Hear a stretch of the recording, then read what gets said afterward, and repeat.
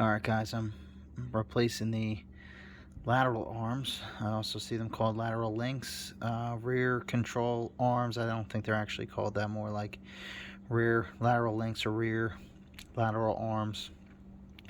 Mine was, it was actually working fine. Like if you shook the wheel or everything, it didn't give any problem, but last year in an inspection, it had a small crack, and you can see the whole boot's off now on the old one. That's from me struggling to get it off, but it had so much grease in there still. I don't think honestly it would have failed, but we got inspection coming up, so I didn't want to fail for that. So I had to get it off, and I bought a new dorman one. It was only like 35 bucks on Rock Auto. I think 10 bucks a ship. On Amazon they're also about 45 bucks. This is the driver's side. So the old one was a bitch to get out. I'll show you where it goes.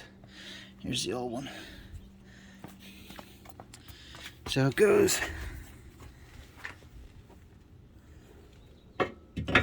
sits in there, back there like that, and comes up through like a tie rod basically. It comes through that.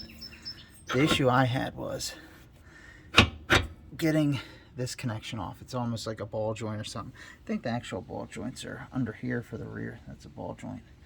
But sometimes, you know, when you got something going through the I don't know if that's called the spindle or whatever it's called, it gets like stuck in there. So I used penetrant. Use this, it's called a Big Shot. This stuff works great. PB blaster. Sprayed it through. I sprayed everything before I tried to go at it.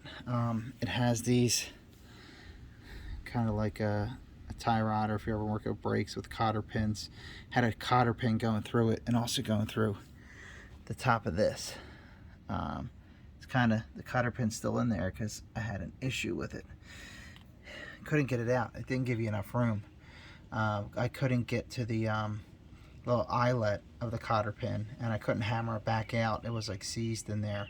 So I watched a video, and I basically took these little like wire cutter things, and I cut the cotter pin little arms off, or whatever you want to call them. I think I got it over here, so I might be using the terminology wrong because I'm not a mechanic, but I'll call this, like, on the left hand side, the eye, and then the little arms kind of go that way through.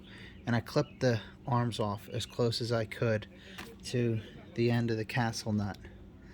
And then, because I was having so much trouble, I just took my impact gun, hammered a 19mm socket over it to get it to fit, and I just hammered it back off, and the impact gun was strong enough to go through the cotter pin, so that's how I got it out. But that was only half the issue, because once I got it out, this was seized in here, and I was hammering away. So we actually have to hammer at this, I think it's actually called the knuckle. So I was hammering away at the knuckle all around it, kind of like you would to get a ball joint out. Then I put the castle nut back over top, and screwed it all the way down, and was hammering on that, hammering here, spraying the PB blaster, hammering. Eventually it broke loose. It was a lot of work. I was getting to the point where I thought it wasn't going to, but I just keep hammering away, and eventually it broke loose through a combination of all things.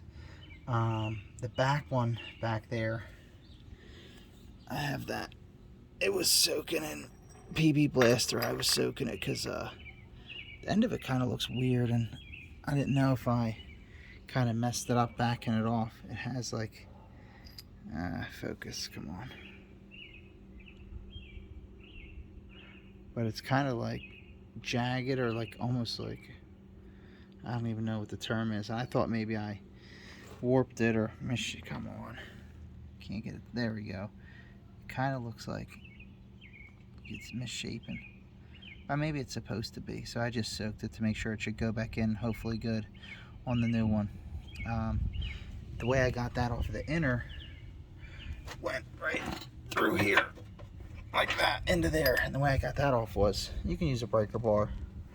I use this impact with a short socket, and it's a right angle impact. You can see it like that. So I just got that on there.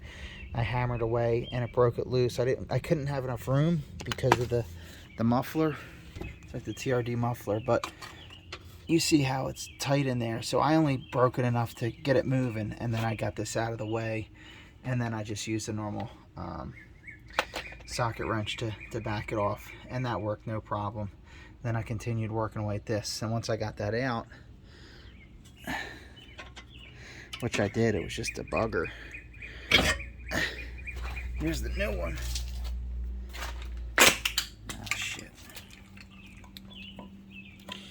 And you kind of have to get it up, size it up as close as you can. I'm going to get an alignment anyway, but I wanted to get it as close as I could. So you actually loosen up these, get them, you know, this one up here, this one up here. You can hold this by the end, and then you can turn that shaft in the middle with a wrench.